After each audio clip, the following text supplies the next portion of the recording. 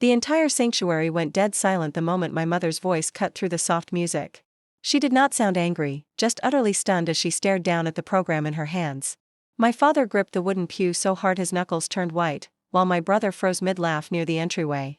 I quietly slid into the second row, holding the fresh legal document in my hands, my brand new identity printed in sharp dark ink. The seat right beside me remained empty, marked for family members who had never bothered to show up. They truly believed this sudden public exposure was humiliating for me, but they had no idea it was actually exposing their own failures. Growing up in our family home, I quickly learned to shrink myself to fit around everyone else's constant noise. My mother always rushed across the hallway whenever my brother needed attention, treating his minor problems like life or death emergencies. My sister received the gentle hugs and patient listening that made the entire house revolve around her. I became the quiet child who cleaned up after herself, stayed out of the way, and never dared to demand a single moment of their precious time. The painful pattern became crystal clear to me back when I was 12 years old. My sister had a small art display at her middle school, and my mother spent hours admiring her paintings and chatting proudly with all the parents. That exact same morning, I had won a regional competition award, but not a single family member bothered to attend the assembly. When my mother finally passed me in the gym hallway, she simply handed me her heavy coat without asking how my morning went. I folded my paper award tightly into my pocket, realizing right then that my achievements would always remain invisible to them. Years later at my high school graduation, the painful neglect repeated itself in front of hundreds of people. My family arrived long after the ceremony had started, forcing my entire row of classmates to shuffle around so they could find seats. As I walked across the stage to receive my diploma, I searched the crowd for 4 familiar faces, only to see a row of empty chairs in the family section. My siblings had chosen to attend a friend lake party, and my parents had casually stopped for iced coffee on the way. I squeezed the cardboard diploma cover until the corners tore, silently enduring the sting of being their lowest priority. By the time I reached university, their indifference had become an expected routine rather than a surprise. I sent multiple reminders weeks ahead of my academic department award night, hoping someone might finally care enough to attend. My sister replied with a quick emoji, my brother ignored the message entirely, and my parents sent a vague text days later saying they would try. That evening, I sat on the cold concrete steps outside my dormitory eating takeout dinner alone, staring at the unopened award folder resting beside me.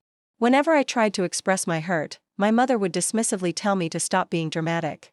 The final breaking point came right before my doctoral dissertation presentation after 8 long years of hard work.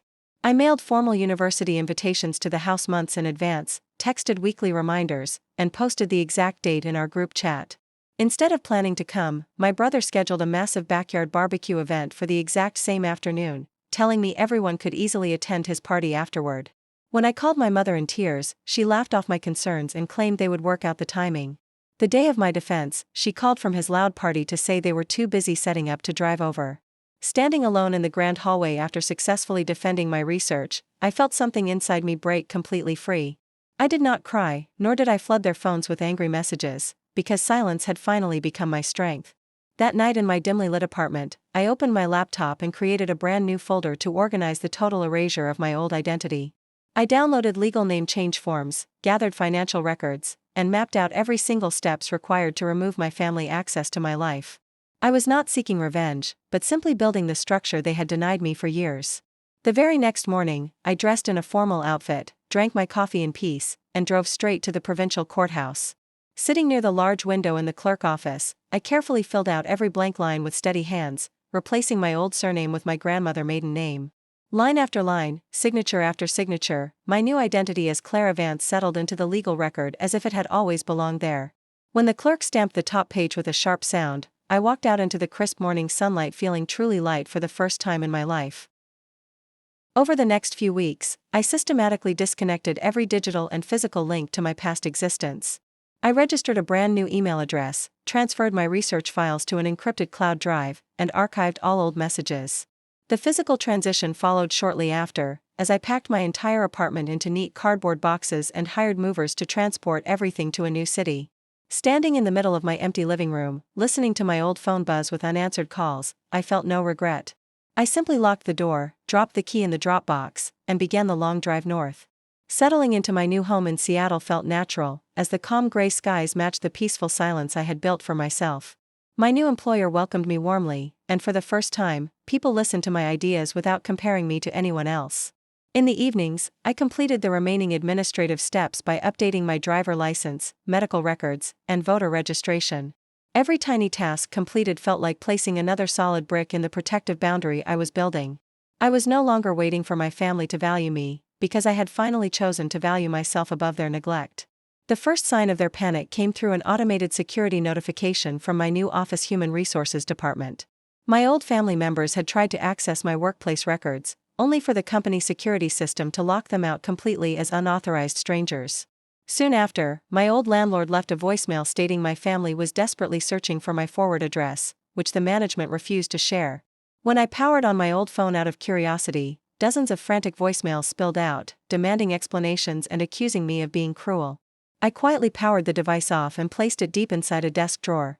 The final confrontation occurred months later at the memorial service for my beloved great-aunt, the one relative who had always shown me genuine kindness. I arrived early at the quiet chapel, holding the memorial program tightly in my hands, completely prepared to face whatever came. When my family walked through the front doors and saw me sitting in the second row, my mother stopped dead in her tracks, her face twisting in utter disbelief. She marched down the aisle, staring at the printed name Clara Vance, demanding to know why I had taken such extreme measures without telling them. Looking my mother directly in the eyes, I explained with a calm voice that they had spent years choosing other priorities over my existence. My sister tried to argue that I was taking things too far, but my brother stood completely silent, unable to meet my gaze. I gently reminded them that court records and legal documents do not care about excuses or late apologies. When the service concluded, I walked out into the cool afternoon breeze, got into my car, and drove away while they watched from the steps. For the very first time in my life, the deep sense of loss belonged entirely to them, not me. Today, my new life in Seattle flows with a quiet, steady rhythm that brings me genuine comfort every single day.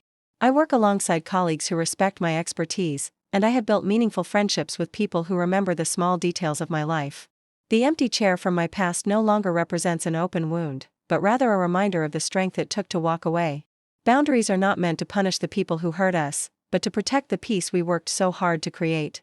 Whenever I sign my new name now, the quiet that follows feels completely like mine.